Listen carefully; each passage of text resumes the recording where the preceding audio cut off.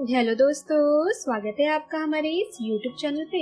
दोस्तों, कहानी को शुरू करने से पहले एक जरूरी बात, अगर आपने चैनल को सब्सक्राइब भी नहीं किया है तो पहले आप जल्दी से चैनल को सब्सक्राइब कर दीजिए ताकि आपको हमारी आने वाली नई नई कहानियों की जो नोटिफिकेशन है वो आपको सबसे पहले मिलती रहे। तो चलिए दोस्तों, बढ़ते हैं हमारी आज की कहानी की तरफ। हमें उम्मीद है कि आपको हमारी ये कहानी जरूर पसंद आएगी। अमित देर रात इधर उधर घूम रहा था क्योंकि उसे अपनी माँ सोनम की बहुत याद आ रही थी और नींद भी नहीं आ रही थी। उसे अपनी माँ की गोद में सोने की आदत जो थी। पिता भी घर में नहीं थे, इसलिए उसे बहुत ही अकेला महसूस हो रहा था। अमित अकेला ही बाहर चबूतरे पर बैठा था, लेकिन कुछ देर बाद उसे अजीब सी आवाजें आने लगी। एक बार तो अपना वहम समझकर वो उन आवाजों को नजरअंदाज करने लगा, लेकिन जब बार बार आवाजें सुनाई दे रही थी तब वो उठकर अपनी सौतेली माँ जया के कमरे की ओर जाने लगा। जब अमित ने खिड़की से झांककर जया के कमरे में देखा तो उसके आश्चर्य की सीमा ही नहीं रही। कमरे का नजारा देखकर उसकी आंखें फटी की फटी रह गईं। उसे अपनी आंखों पर यकीन नहीं हो रहा था। दरअसल अमित को तो अपनी नई माँ जया की शक्ल देखना भी पसंद नहीं था। जया से वो इतनी नफरत करता था कि यदि सुबह उठते ही जया की शक्ल भी दिख जाती तो वो मन में सोचता कि आज का तो पूरा दिन ही बिगड़ गया है। अमित ना जया से ज्यादा बात किया करता था और ना ही उसे अपनी माँ का उसने अभी तक दर्जा देना चाहता था। वो 15 साल का अमित अपनी माँ सोनम को बहुत ज्यादा याद करता था। हर रोज वो अपनी माँ के फोटो को सीने से लगाकर सोता था और उन्हें याद करके वो खूब रोता था। उसे अपनी माँ की बहुत याद आती थी। उसकी माँ की मृत्यु हो चुकी थी, इसलिए उसके पापा ने दूसरी शादी कर ली थी, लेकिन जया अमित को बिल्कुल भी पसंद नहीं थी। जब जब अमित को जया दिखती तब तब उसे अपनी माँ की ओर ज्यादा याद आने लगती और जया से उसकी नफरत बढ़ती ही जाती। उसके पिता ने उसकी मर्जी के खिलाफ जाकर जया से 1 साल पहले ही शादी कर ली थी। अमित की असली माँ सोनम के देहांत को 3 साल हो चुके थे। वो करीबन 12 साल का था जब सोनम का देहांत एक बीमारी के कारण हो गया था। ऐसे में अमित के पिता के लिए खुद को तो संभालना और घर को संभालना और अमित की भी देखरेख करना बहुत ही ज्यादा उनको मुश्किल हो रहा था। इसलिए उन्होंने जया से शादी कर ली थी। और एक बात और थी कि जया भी पहले से शादीशुदा थी, लेकिन उसके पति ने उसे किसी कारणवश उसको छोड़ दिया था। अमित के पिता को लगा था कि अभी तो अमित बहुत छोटा बच्चा है, इसलिए जया के आने से वो अपनी माँ के दर्द को भूल जाएगा और जया को अपनी माँ मान लेगा और जया में उसे अपनी माँ मिल जाएगी। लेकिन हुआ तो उसके बिल्कुल भी विपरीत। अमित जया से तो बहुत ज्यादा नफरत करता ही था, पर धीरे धीरे वो अपने पिता से भी अब बहुत ज्यादा दूर हो गया था। वो ना किसी से ज्यादा कुछ कहता और ना कुछ मांगता और ना ही वो अपने पिता से ज्यादा बातचीत किया करता। बिल्कुल अकेला रहता। सभी घर वाले अमित को खूब प्यार से रखते थे। उसे समझाने की भी वो लोग बहुत कोशिश करते थे कि जया भी उसकी माँ की ही तरह थी। सबको लगता था कि इतना छोटा बच्चा है, जल्द ही जया को वो अपनी माँ मान लेगा और उसके साथ घुल मिल जाएगा। लेकिन अमित की तो जैसे हर दिन के साथ जया के लिए नफरत बढ़ती ही जा रही थी। अमित के दिल में माँ की जगह पाने के लिए जया भी खूब मेहनत करती, खूब पापड़ बेलती, लेकिन हर बार वो असफल रहती। यहाँ तक कि कई बार तो जया सोनम जैसी दिखने की भी कोशिश करती थी।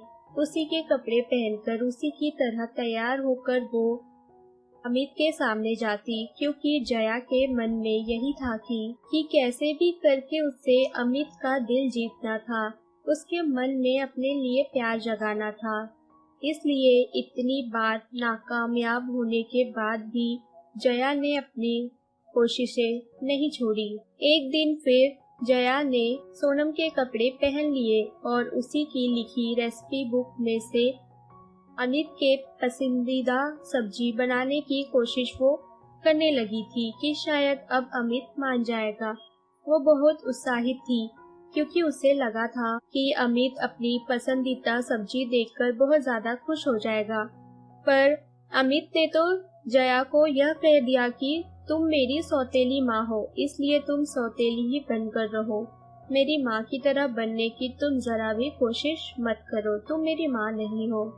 तुम्हारा ये प्यार का नाटक अब मुझे नहीं चाहिए और आज के बाद मेरी माँ के कपड़े मत पहनना। अमित की बातें मानो तीर की तरह जया के सीने पर चुभ रही हो, लेकिन तब भी उसने उसकी कड़वी बातों को नजरअंदाज करते हुए बड़े ही प्यार से कहा कि बेटा, मैंने तुम्हारी पसंदीदा सब्जी बनाई है।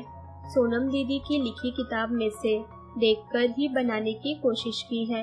एक बार तो खाकर तो देखो। इस बात पर तो अमित और ज्यादा गुस्सा हो गया और फिर उसने कहा कि तुम जितनी भी कोशिश कर लो, लेकिन तुम मेरी माँ कभी नहीं बन सकती। पता नहीं तुम इतनी अच्छी बनने का आखिर नाटक क्यों कर रही हो। और इतना कहकर अमित अपनी माँ की लिखी रेसिपी बुक लेकर वो वहाँ से चला गया। ऐसे ही वो जा रहा था, ये नज़ारा अमित के पिता ने देख लिया था। उन्हें अमित के इस व्यवहार पर इतना गुस्सा आया कि उन्होंने उसे खींचकर एक तमाचा जड़ दिया और कहा कि माना कि तुम्हें सोनम बहुत याद आती है, लेकिन उसका मतलब ये तो नहीं कि तुम जया को हर वक्त इस तरह जलील करो। वो तुम्हारी माँ बनने की इतनी ज्यादा कोशिश कर रही है, तुम्हारे लिए इतना कुछ कर रही है और तुम हो कि उससे बेइज्जत किए जा रहे हो।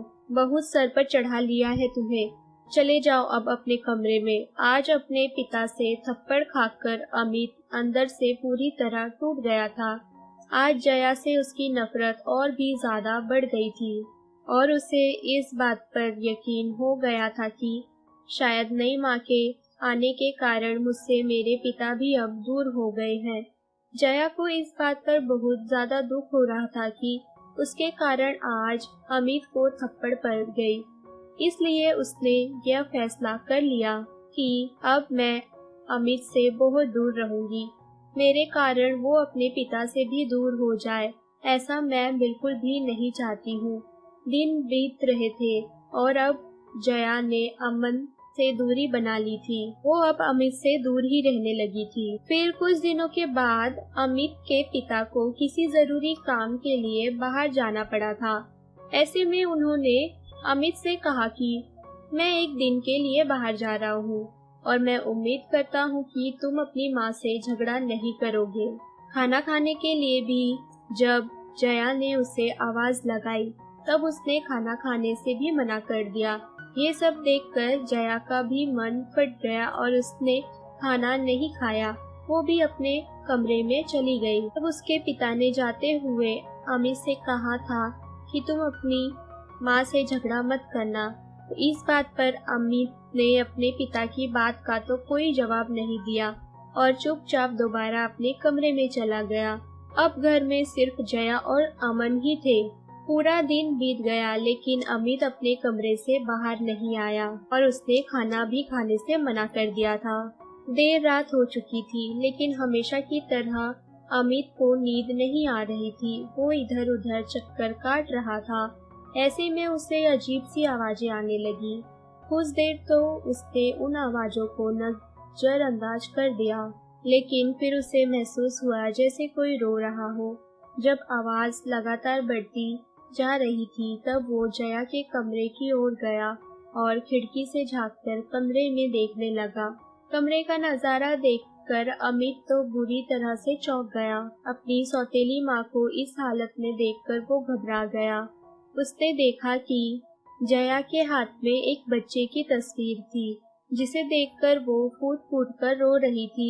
उसके आंसू मानो रुकने का नाम ही नहीं ले रहे हो और वो तस्वीर देखते हुए बातें कर रही थी कि काश बेटा तू इतनी जल्दी मुझे छोड़कर नहीं गया होता। काश भगवान तेरे साथ साथ मुझे भी उठा लेते।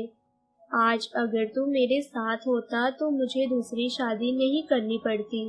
मैंने सोचा था कि इस शादी से मुझे मेरा खोया हुआ बेटा दोबारा मिल जाएगा। तू तो इस दुनिया से चला गया, लेकिन तेरी जगह अमित को मैं तेरे हिस्से का प्यार दूंगी। लेकिन मेरी तो किस्मत ही खराब है। उधर मेरे पति ने मुझे ठुकरा दिया है और इधर ये मुझे अपनी माँ मानने को तैयार ही नहीं है। मैं जाऊँ तो आखिर कहाँ जाऊँ?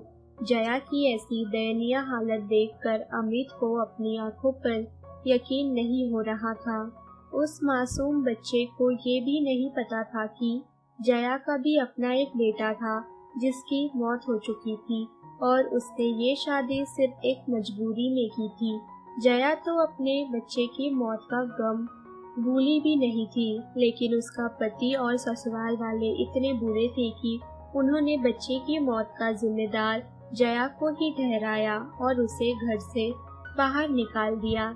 ऐसे में अमित के पिता ने उसे सहारा दिया और उससे शादी कर ली थी। उसे लगता था कि एक सौतेली माँ कभी सगी माँ नहीं बन सकती और ना ही वैसा प्यार कर सकती है। लेकिन आज जब उसे ये पता चला कि जया ने भी अपना बेटा खो दिया और वो अमित में अपना खोया हुआ बेटा ढूंढ रही थी,